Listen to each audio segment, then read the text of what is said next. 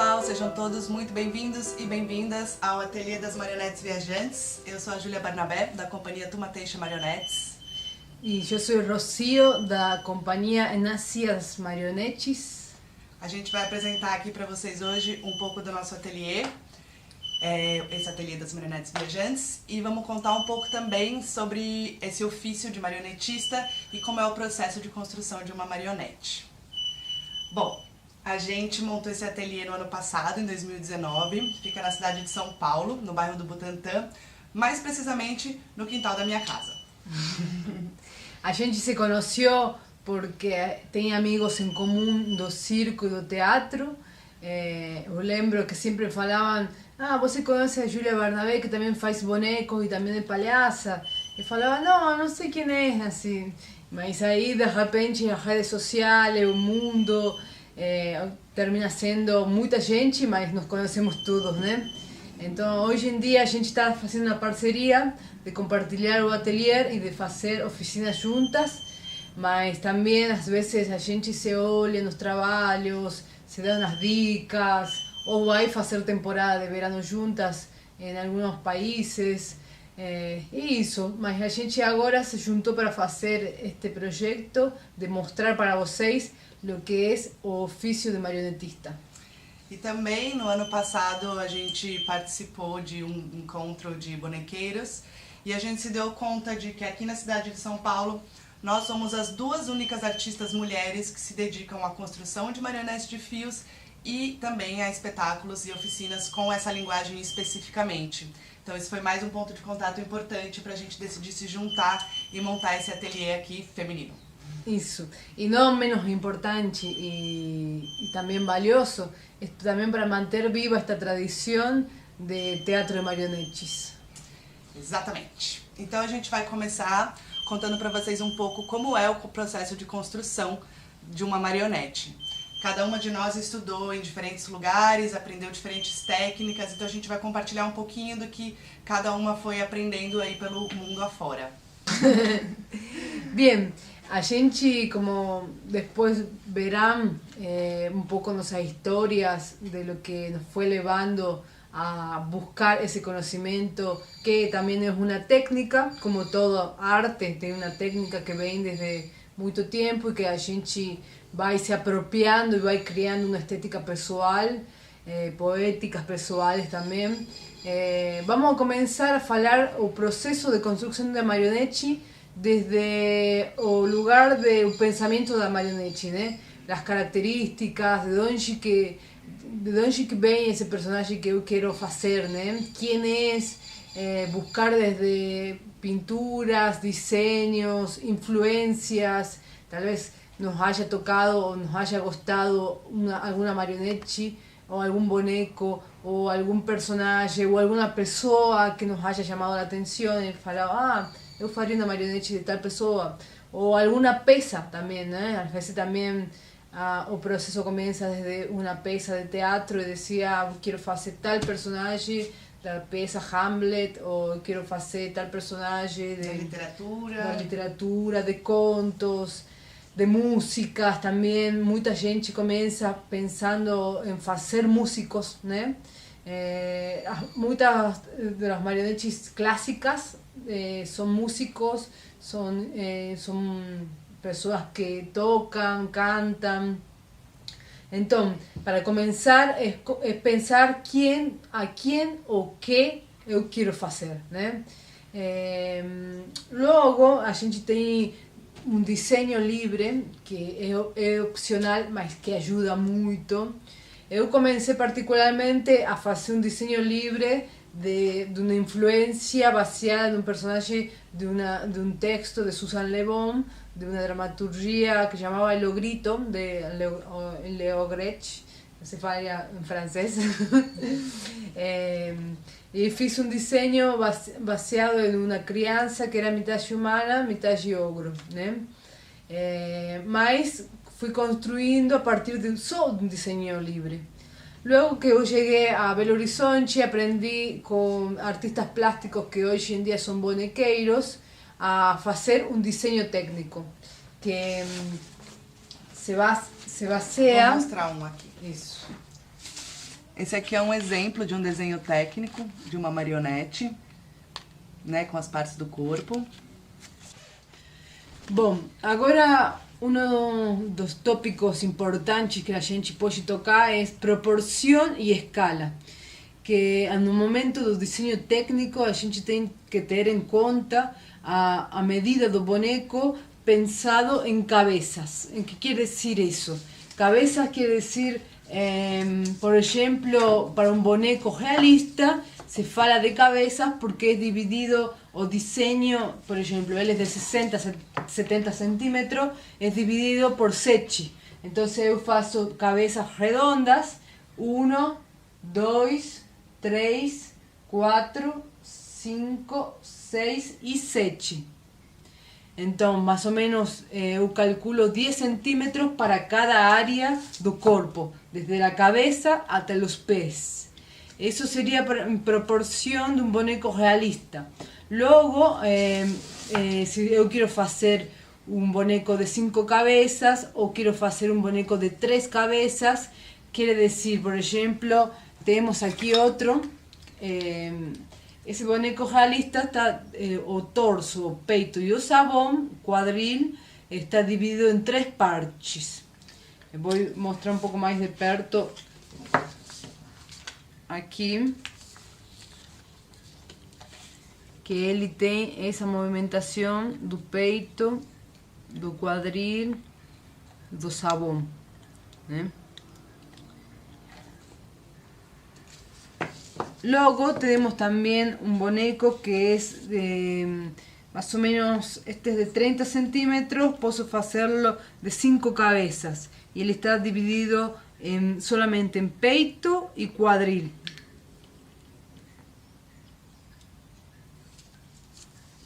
Y luego tengo un boneco también más o menos de 30 centímetros, más que yo quiero hacer más caricatural, que sea solo de un cuerpo, como este de aquí.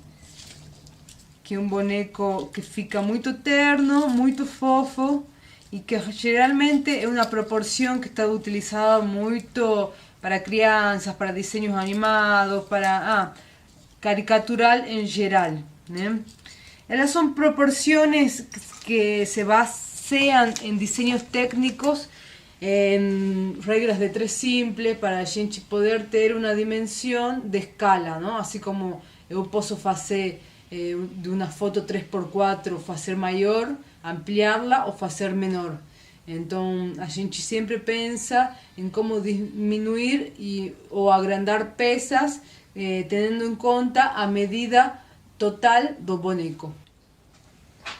Então, em términos resumidos sobre o desenho técnico, para fechar um pouco a ideia, o desenho técnico é para prever erros de mecanismos, movimentos, articulaciones y proporciones para a gente ser un poco más visionario sobre esa marionete que a gente vai construir. A gente diseña y también ayuda mucho para después hacer plantilla, pasar a la madera, cortar y tener una dimensión más concreta para que a marionete realice acciones específicas. É importante dizer que as marionetes, em geral, são pensadas para uma ação específica. A maioria das pessoas, quando perguntam pra gente sobre marionetes, imaginam que o boneco é capaz de fazer tudo. E, na verdade, eles são limitados, né? Em geral, a gente pensa numa profissão pro boneco, né? Então, essa minha marionete, ela vai jogar malabares, ou vai ser um trapezista, ou, no caso, a Laia, ela é pintora. Às vezes, quando a gente pensa antes, facilita para a construção, porque aí você já vai pensando quais são os mecanismos específicos que você vai precisar para que a marionete realize determinadas ações. Outras vezes também acontece de você não saber isso antes. Você vai construindo e com a marionete você vai descobrindo quais são as possibilidades de movimento dela. Então muitas vezes os erros de construção também vão dar para a marionete características próprias dela, né? E que a própria marionete muitas vezes vai te mostrar quem é a personagem. No caso da Laia foi um pouco assim, eu não tinha muito claro, como ela foi minha primeira marionete, eu não tinha muito claro o que eu queria que ela fizesse. E com o tempo eu fui descobrindo. Mas voltando ao processo passo a passo, eu vou mostrar pra vocês aqui uma cabeça de marionete da forma que eu aprendi a construir. Então a gente faz assim, a gente modela na argila, né, com uma barrinha dessas, coloca a argila aqui, modela a cabeça, né, vai estudando poucas proporções, tanto você se tocando com o seu próprio rosto, como vendo desenhos, né, pra pegar de referência. Você faz o molde em argila primeiro e logo você cobre ele com gesso dos dois lados e vai sair como se fosse um ovo, um negativo em gesso. Então esse desenho vai ficar ali impresso no gesso e aí você vai colocando papel dentro. Vou mostrar pra vocês uma cabecinha que eu fiz aqui, que é a dona Ermelinda. A primeira camada eu fiz com um papel de café, de filtro de café usado, porque pega bastante detalhe. E depois eu fui pondo dentro um papel que é mais grosso, que é tipo um papel machê, só que ele é em folha. E aí a gente faz essas duas partes, porque aí fica bem duro, ó. Isso não quebra. É mais fácil de você conseguir os detalhes, se você não tiver conhecimentos de escultura em madeira, né? De entalhamento. E aí a gente faz duas partes da cabeça para ela ficar oca. Por que a gente faz uma cabeça oca?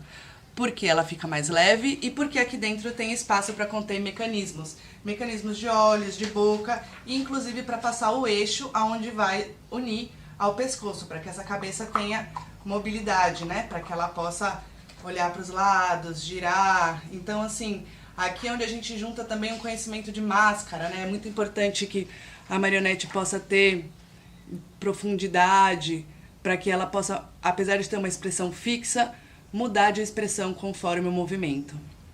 Essa é uma forma de fazer cabeça, existem muitas outras.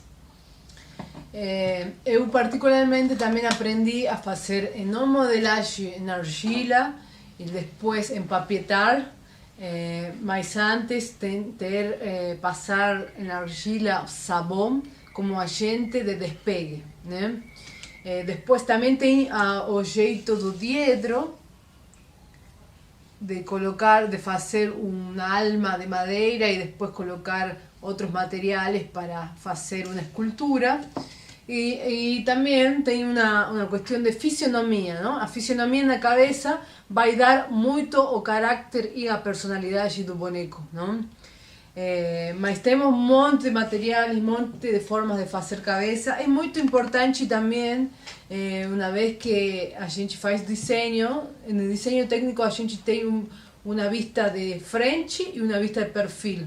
Sim. Então, na vista de perfil também você começa a conhecer outros jeitos. Vou mostrar aqui um desenho.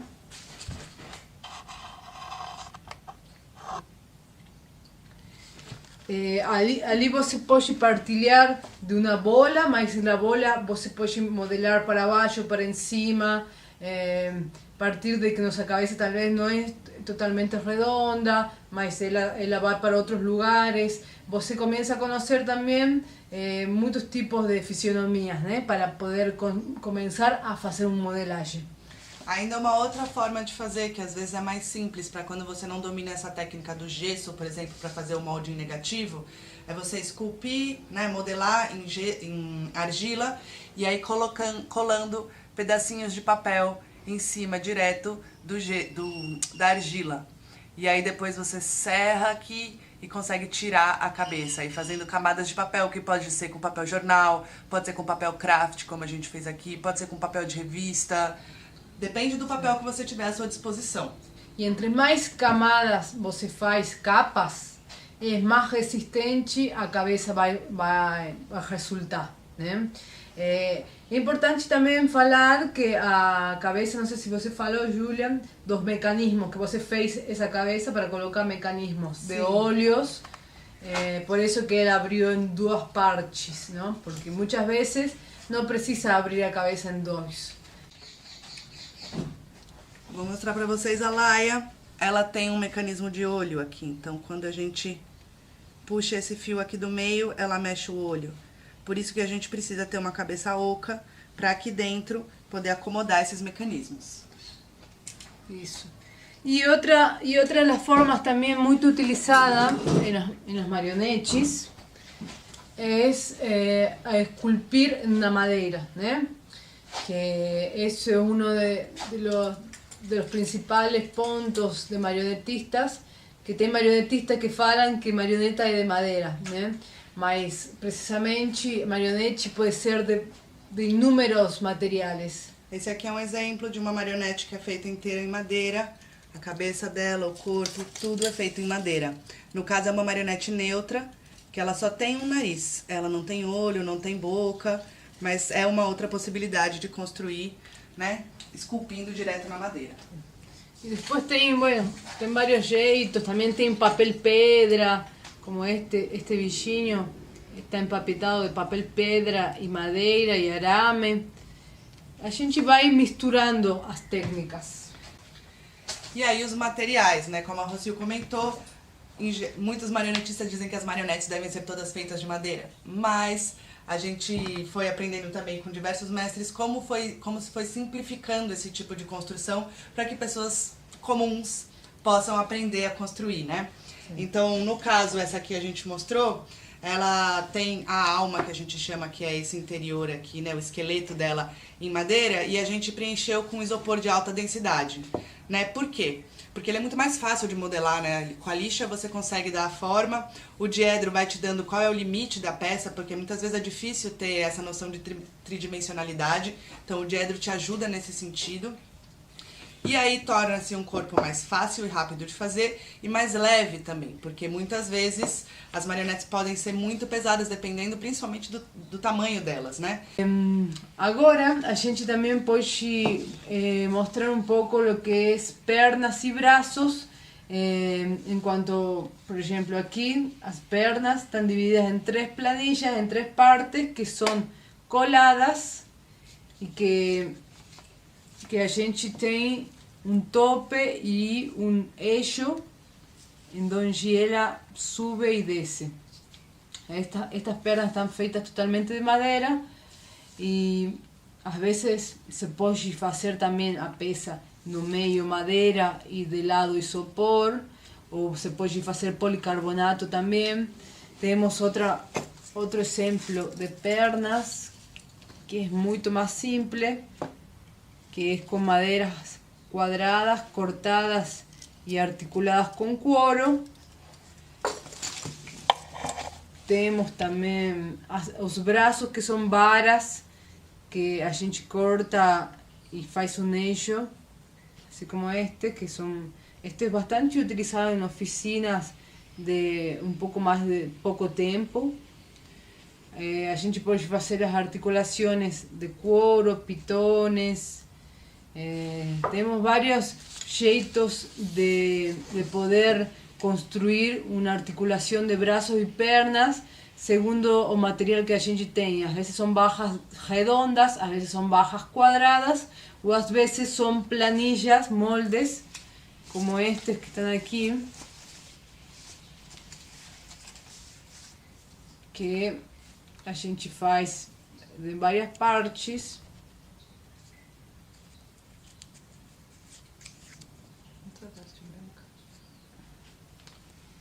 Aqui temos a parte de em cima e temos parte de embaixo. Deixa eu ajudar. É a mesma perna que vocês viram ali e ela funciona assim. E aí aqui fica a articulação. Isso, que são 6 peças. 6 peças cortadas e logo coladas.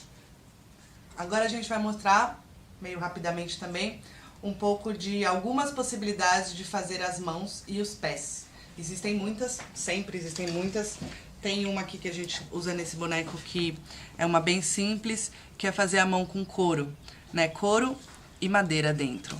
Essa é uma forma fácil, você corta um couro de soleta, por exemplo, corta o desenho da mão plano, molha, deixa ele assim um pouquinho dobrado, que aí o couro pega essa forma meio arredondada da mão, e aqui dentro você coloca um pedaço de madeira, que é para poder dar tanto peso para a mão, quanto para você ter lugares para você poder colocar os fios depois.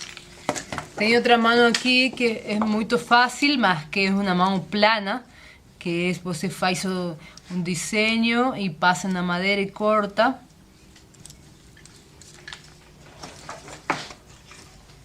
Quer mostrar uma ponta? Sim. E tem outra outras manos que estén um pouco mais complexa, que você faz dedo por dedo e depois cola. E faz como no meio uma madeirinha para dar um espaço na mão. Mas que fica muito lindo. Isso. Dá um lindo acabamento. Tem também ainda uma outra possibilidade, que é fazer a mão a partir de um bloco único de madeira. Então essa mão aqui, eu entalhei ela tem um formato mais de desenho animado, como vocês podem ver. Não é uma mão tão naturalista, tão realista quanto a mão anterior que vocês viram, mas ela é uma mão bem funcional também e ela é feita de um único bloco de madeira. Então, ao invés dela ser feita dedo por dedo separadamente para colar, ela foi entalhada num bloquinho de madeira. Então, a gente vai mostrar também algumas possibilidades de pés e sapatos. São muitas também, como tudo. Aqui vou mostrar pra vocês um dos sapatinhos preferidos que eu já fiz, que é o sapato do Ali, é um sapato de palhaço, que foi feito nesse mesmo esquema que a gente comentou antes. São várias plaquinhas de madeira que eu desenhei cada uma separadamente, depois colei e fui lixando. Isso é uma forma de fazer, e aí tem uma articulação que é a madeira vai aqui dentro do pé, né, dentro do sapato, a madeira da perna, tem uma peça um pouco mais comprida, e essa articulação é feita dessa forma. Tem outro pé que es pasar en la madera una pieza só y después ir esculpiendo, lillando.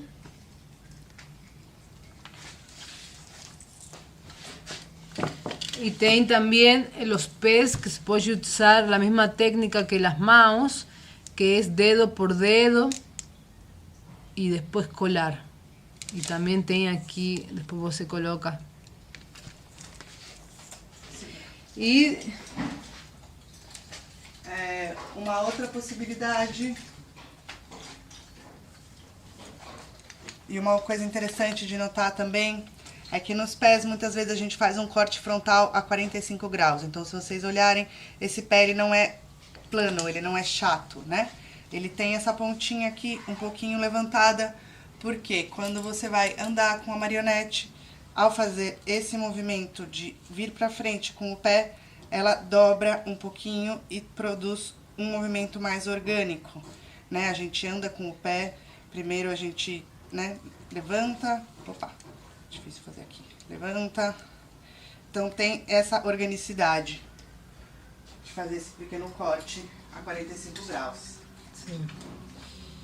Bom, agora para falar de acabamentos, a gente também entra em um sítio bastante amplio, como todo, né?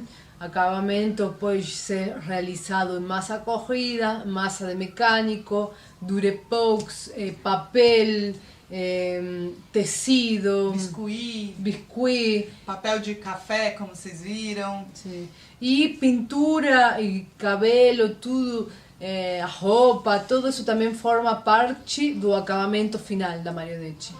Então a gente vai mostrar alguns tipos de controles com os quais a gente trabalha. Basicamente o que todo mundo conhece, eu tenho um pouco no nosso imaginário, é a cruzeta, a cruz que a gente chama, que são duas madeiras assim, né? O controle inglês também, de onde surgiu, né? Sim. Que era um controle bem simples, que te dá a possibilidade de alguns movimentos, e daí foram sendo desenvolvidos vários outros modelos de controle. E aí eu vou mostrar pra vocês um controle, o controle da Laia, que ele já é baseado nessa cruz, só que é um controle vertical, né? Então a gente tem aqui onde vai os fios da cabeça, aqui vão os fios dos ombros, aqui atrás um fio das costas, aqui nesses arames o fio das mãos, e nessa barrinha separada vão joelhos e pés. Esse controle é chamado de Tozer. Ele é muito utilizado onde eu comecei a aprender a construir as marionetes. Ele é um controle, tem aqui um outro modelinho mais simples de olhar. Ele é um controle simples de construir, rápido, fácil e muito funcional. Mas ele está mais centrado no movimento das mãos das marionetes, não tanto num caminhar tão orgânico. Sim. Depois temos outro controle que é a Cruz Bros, que ela foi também modificándose varios marionetistas. Y tenemos también una especie de control Bros, mas não chega a ser Bros porque já está mais adaptado, não? Sim, a gente chama hoje em dia esse controle de Motran, porque o Stephen Motran foi uma pessoa que popularizou esse controle, apesar que não foi ele que desenvolveu, ele também fez uma adaptação para o que ele precisava. Então aqui já é diferente, aqui nessa barra que se move vão os calcanhares da marionete, essa marionete é feita para caminhar com mais organicidade, diferente do que aquele outro controle que a gente mostrou antes, que tem uma funcionalidade mais desenvolvida para as mãos, né? Então aqui já tem um outro funcionamento, aqui sempre os ombros vão numa barra que é mais solta, para que a gente tenha esse movimento de ombros, e a marionete também precisa ter, para ela não ser uma coisa rígida. E daí outras várias adaptações, né? Depois temos também cruz horizontal, que é muito utilizada para bichos que se movimentam com o corpo mais deitado. Acá tem uma cruz horizontal adaptada por mim também, que ela está baseada un poco en ese modelo que llamaba modelo avión, que fue desenvolvido como muito usado nos Estados Unidos, mas hoje em dia a gente vai modificando suas versões.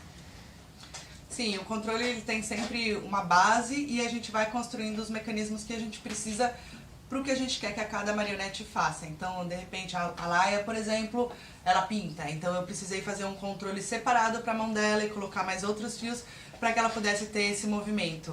Quando eu digo que as marionetes são limitadas, é um pouco nesse sentido. Então, você constrói uma marionete, você fala, eu quero que ela dê tchau. E para ela conseguir fazer isso ou isso, você vai precisar de, talvez, de um novo controle, outros fios. Cada movimento novo que você queira agregar, você vai precisar fazer uma modificação no controle, por exemplo. Aqui, no caso de Mapulu, que ela movimenta a boca, eu fiz um controle que tem uma... Como se chama isso? Uma mola. Uma mola que faz que o movimento abra e feche. A ver se consigo ver aí. Vou mostrar um pouco mais de perto. Este é o mecanismo da mola. Então, também os controles, basicamente, têm um conhecimento muito grande em gambiarras. Você vai provando, testando, né? A gente não sabia muito bem como fazer, por exemplo, esse mecanismo da boca, então a gente foi pesquisar material, foi ver em vídeos, em livros, aí a gente desenvolveu ali um mecanismo que fosse funcional e que também hoje em dia a gente já vê que ele tem alguns problemas, então a gente vai adaptando, né? Tudo às vezes, tentativa e erro. Às vezes o controle que você faz não atende à necessidade da marionete, né? Muitas vezes você faz muitos mecanismos e vai ter que pensar, porque tem muitos marionetistas que têm controles grandes e cheios de gambiarra e mecanismo e uma coisa muito deles, que às vezes não é muito compartilhada. Às vezes você vê nos vídeos e fala, nossa, como que fez isso, né? Às vezes você mesmo tem que criar a partir da informação que uno tem ou a partir de um conhecimento básico ou talvez amplo da movimentação da marionete. Tem muito de tentativa e erro, né? Assim, essa marionetinha aqui, ela, por exemplo, ela é bem básica, né? Ela tem só os fios mais essenciais para ela se mexer. Então, que seriam esses 2 fios dos ombros, os 2 fios da cabeça, um fio nas costas, um em cada braço e um em cada perna, né? São 9 fios básicos, né? Que vão ligados aqui nesse controle, que é o que a gente chama o controle Tozer. A Laia, por exemplo, quando eu construí, ela também tinha esses 9 fios básicos. Conforme eu fui precisando adaptar ela, eu cheguei já a ter, acho que 22 fios nela, e 2 eu tirei depois porque eu achei que eles não eram úteis pra mim. Então, às vezes também você coloca fio, tira fio, põe num lugar, põe no outro lugar, vai experimentando, né? A afinação é uma das coisas que leva mais tempo numa marionete, pra chegar naquele ponto que você fala, agora eu cheguei onde eu queria chegar. E muitas vezes vai mudando ao longo do tempo, às vezes quebra alguma coisa, você precisa refazer a afinação, né? Geralmente quando a gente dá curso, o último dia ele é só para afinação e às vezes a gente leva 8 horas, às vezes menos, né? Dependendo do tipo da marionete, da complexidade, mas a afinação ela é um trabalho muito fino, como já diz o próprio nome. Es como pensar un instrumento siempre. Me gusta ese pensamiento de decir, cuando yo faço una afinación, yo pienso en un instrumento. Muitas vezes também a afinação partilha do furo, não? De onde você coloca o fio. Sim. Às vezes, dependendo de onde você coloca o fio, a movimentação da mão faz certas ações, certo movimento. Então tem que ter um estudo aqui também. O sea, tem que saber onde coloca o furo para poder fazer uma afinação de movimento e onde você quer chegar, não? Com isso. E muitas vezes você vai ter que fazer vários furos. Às vezes você faz o furo da cabeça e eles não estão super paralelos, a cabeça fica um pouco assim, aí você vai ter que fazer outro furo, a mão principalmente, nos pés, de repente você furou um pouquinho pro lado, a marionete está caminhando com as pernas abertas, pode te interessar. Ah, gostei desse caminhar, me traz, né, alguma característica que me interessa no boneco, eu deixo assim, ou não, eu quero um caminhar mais retilíneo, então vou mudar de novo os furos, testar com os fios. É muita tentativa e erro, por isso que o processo de construção de uma marionete é tão longo, né? Geralmente as pessoas vêm perguntar pra gente, assim, uma coisa do tipo, em uma semana.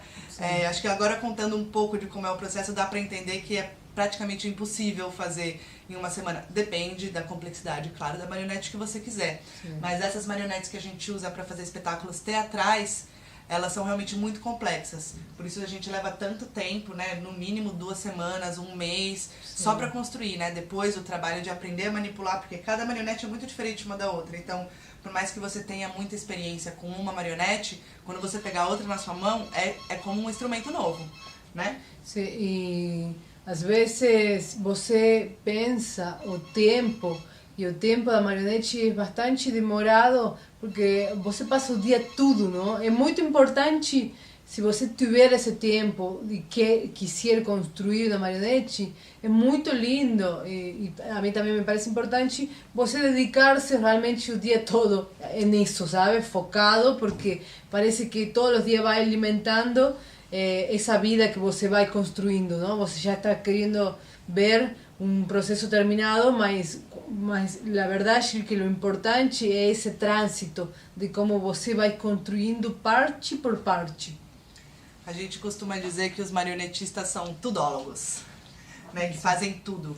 Então a gente também associa muito o processo de construção de uma marionete a uma gestação mesmo, né? Porque você está criando um ser e ele tem muitas fases, né? E leva um tempo longo mesmo. E quanto mais tempo você pode dedicar, muito provavelmente mais fino vai ser o trabalho que você vai conseguir fazer com essa marionete, né? A gente sempre fala também que esse momento de colocar os fios é quando um boneco que por enquanto é um boneco, né? É quando ele vai ganhando vida, porque aí ele começa a se sustentar, a ter as suas próprias, né? Por mais que você esteja ali em cima mexendo com o controle, o boneco vai ganhando vida, né? Quando ele é pendurado nos fios, que eu acho que isso é uma grande diferença da marionete de fio para outros tipos de marionetes, né? Ela tem essa peculiaridade de ser articulada em todos os segmentos e uma só pessoa poder manipular o boneco inteiro. Acho que também por isso que ela cria tanto essa ilusão, né? Essa sensação de vida própria. E de uma certa forma é mesmo, assim, né? Eu sempre me emociono no momento que começo a colocar os fios, porque parece que totalmente acordou, ela me pode olhar, ela pode sair andando, como é um momento, como decíamos com Julia antes de gravar o vídeo, um momento muito místico, não? É muito místico mesmo, porque o que te desperta dentro é que você realmente fez uma gestação, fez um nascimento. Sim, e animar vem de ânima, né? Vem de alma.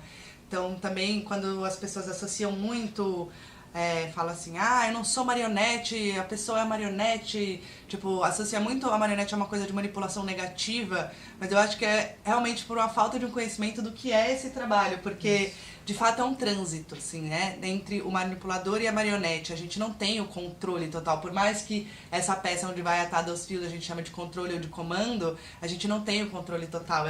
É realmente um jogo entre o manipulador e o boneco, porque o boneco te sugere muito e às vezes, por isso que eu digo, né, às vezes você pode pensar, eu quero que ele seja assim, assim, assado, e conforme você começa a jogar com o boneco, você começa a manipular com uma escuta fina, aberta, você começa a ver que o boneco te dá muitas coisas, assim, ele tem uma vida também que é dele, é uma coisa meio mística mesmo. Sí, un amigo outro dia falou, qual é o espírito do boneco, por que ele veio, né?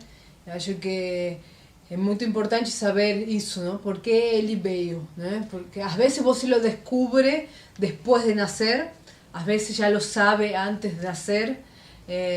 Tem outro bonequeiro que uma vez eu fui a querer mudar todo mi marionete porque eu vi que era muito básico no que eu sabia e queria fazer melhor, e ele me falou, melhor você fazer outra marionete Sim.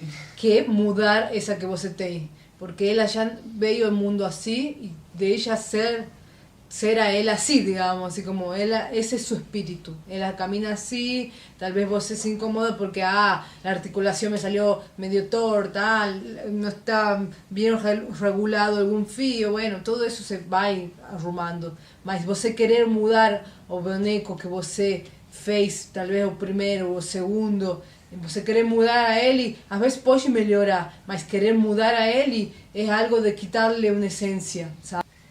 Vamos llegando al final de este vídeo. Tomara que haya servido para inspirar o para resolver dúvidas. A gente agradece pela atenção. A gente vai deixar também na descrição do vídeo algumas referências de bibliografia. Hoje em dia tem muito material disponível na internet também para quem quiser aprender e ir começando os seus próprios passos sozinhas. Vamos a deixar nosso site também, se quiser pesquisar um pouco sobre nosso trabalho. A gente ministra oficinas, dá orientações e também trabalha muito na rua, no palco. Temos espetáculos variados de teatro de marionetes. E, bueno, qualquer dúvida a gente deixa nossos contatos também. Vamos colocar em algum lugar por aqui as nossas redes para vocês poderem seguir, comentar. E é isso aí, pessoal. Espero que vocês tenham gostado do Ateliê das Marionetes Viajantes e desse ofício tão lindo e antigo que é de ser marionetista. Sim. Muito obrigada e um abraço para vocês. Um abraço a todos.